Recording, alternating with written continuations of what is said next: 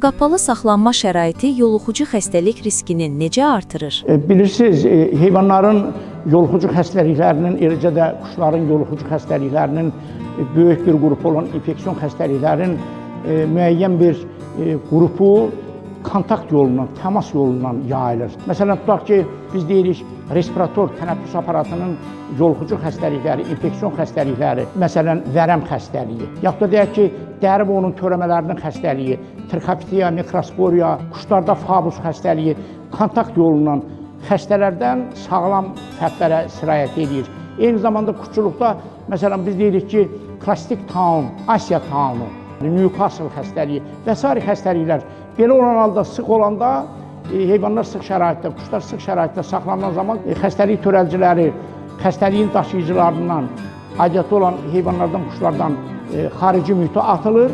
Eyni zamanda toxunma yolundan dəri örtüyü vasitəsilə təmas qurulan zamanda. Ona görə qapalı şəraitdə saxlanılan heyvanlar, quşlar, yoluxma riski bunlarda yüksək olur.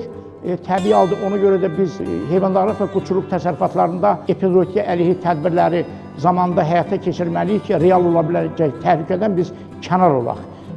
Sağlamlaşdırma tədbirlərini zamanında həyata keçirməliyik ki, heç xəstəlik halı yaşanmasın ki, bu da qapalı şəraitdə saxlanılan heyvanlarda, quşlarda belə bir narahatçılıq reallaşdır.